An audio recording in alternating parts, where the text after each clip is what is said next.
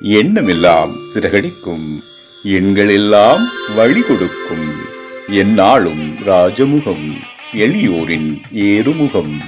எந்த நிலை வந்தாலும் வந்த நிலை மாறாத நமது Rajanilai. Rajanilai TV, channel of astrology.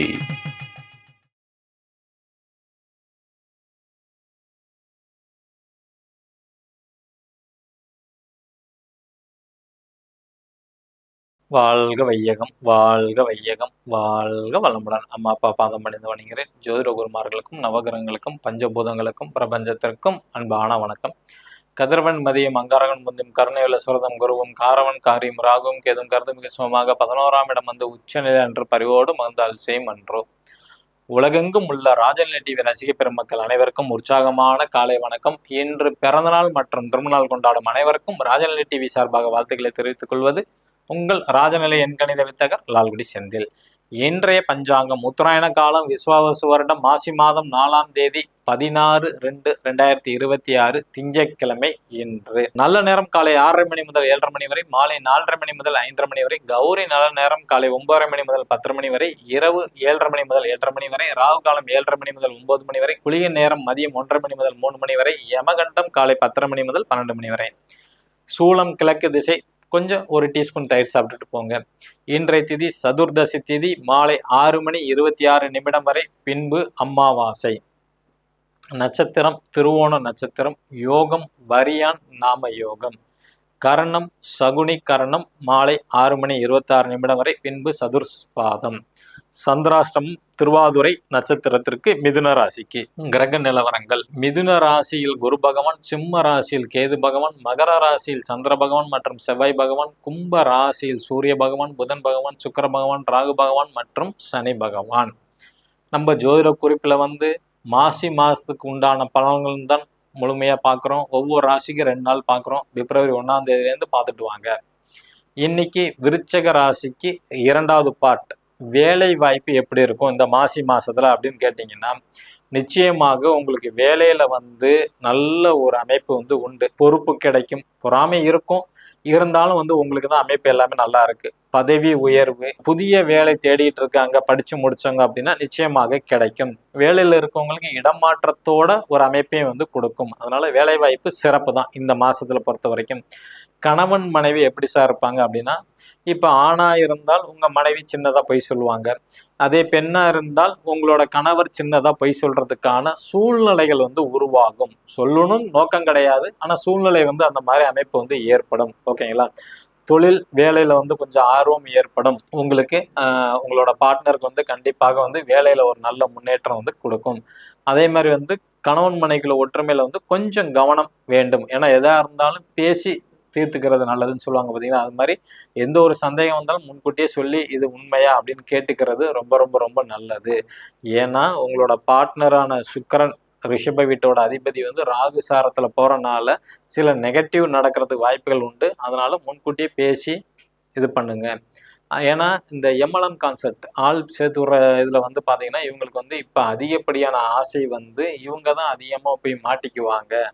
விருச்சக ராசியில பிறந்தவங்களோட பார்ட்னர், ஓகேங்களா, அவங்க தான் போய் மாட்டிக்குவாங்க. அதனால கொஞ்சம் கவனமா இருக்கணும். எதா இருந்தாலும் கணவர்கிட்ட சொல்லிட்டு செஞ்சீங்கன்னா அந்த பிரச்சனை இல்லை. திருமண அமைப்பு உண்டா அப்படின்னு கேட்டீங்கன்னா, விருச்சிக ராசியில பிறந்தவங்களுக்கு மாசி மாசத்துல அமைப்பு நல்லாவே இருக்கு.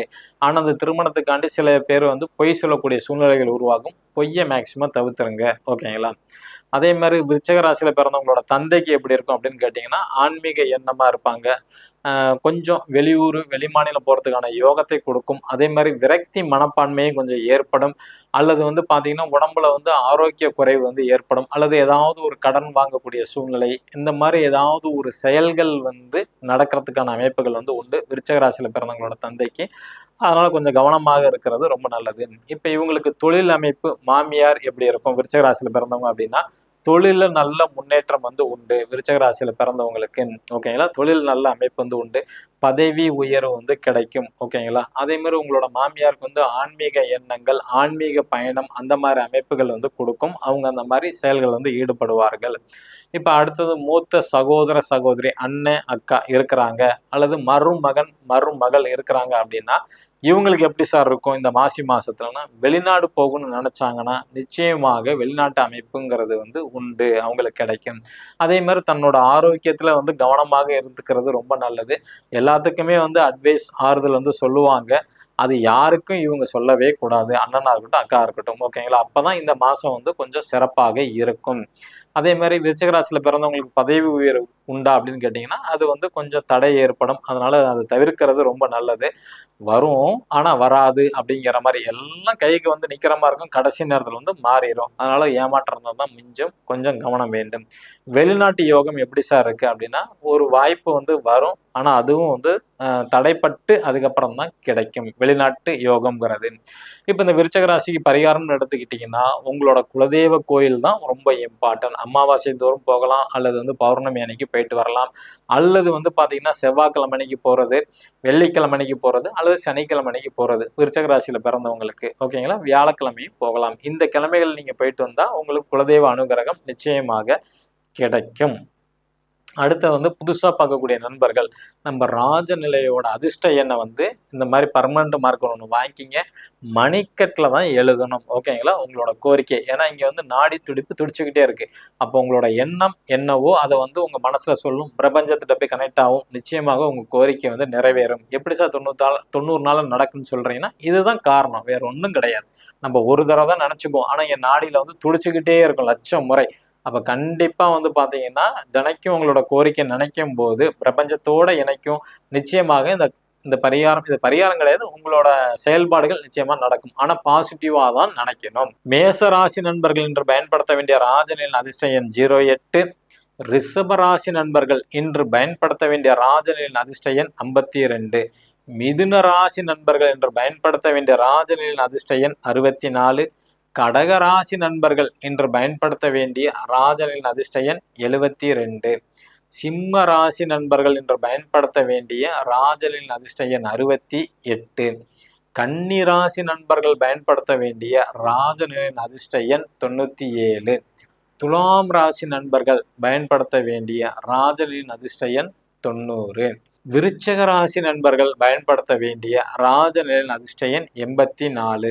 தனுசு ராசி நண்பர்கள் பயன்படுத்த வேண்டிய ராஜநிலையின் அதிர்ஷ்ட எண் 95. மகர ராசி நண்பர்கள் பயன்படுத்த வேண்டிய ராஜநிலையின் அதிர்ஷ்ட எண் 33. கும்ப ராசி நண்பர்கள் பயன்படுத்த வேண்டிய ராஜநிலையின் அதிர்ஷ்ட எண் 02. மீன ராசி நண்பர்கள் பயன்படுத்த வேண்டிய ராஜநிலையின் அதிர்ஷ்ட எண் 22. இதெல்லாம் காமனானதுதான். உங்க ஜாதகத்துக்கு உண்டான அதிர்ஷ்டமான எண் ஏடிஎம் பின் நம்பர்ல இருக்கா, பாஸ்வேர்டில் இருக்கா, மணி டிரான்ஸ்ஃபர்ல இருக்கா, மொபைல் நம்பர்ல இருக்கான்னு தெரிஞ்சுக்கணுமா கீழே உள்ள நம்பர் கான்டாக்ட் பண்ணுங்க. நிச்சயமாக குருகாணிக்கை வந்து செலுத்திட்டு தான் எடுத்துக்கொள்ளப்படும். இந்த நாள் இனிய நாள் அமைய அடியேனும் பிரபஞ்சத்திடம் பிரார்த்தனை செய்து கொண்டு உங்களிடமிருந்து விடை பெற்றுக் கொள்வது உங்கள் ராஜநிலை எண்கணித வித்தகர் லால்குடி செந்தில். நன்றி, வணக்கம், வாழ்க வளத்துடன்.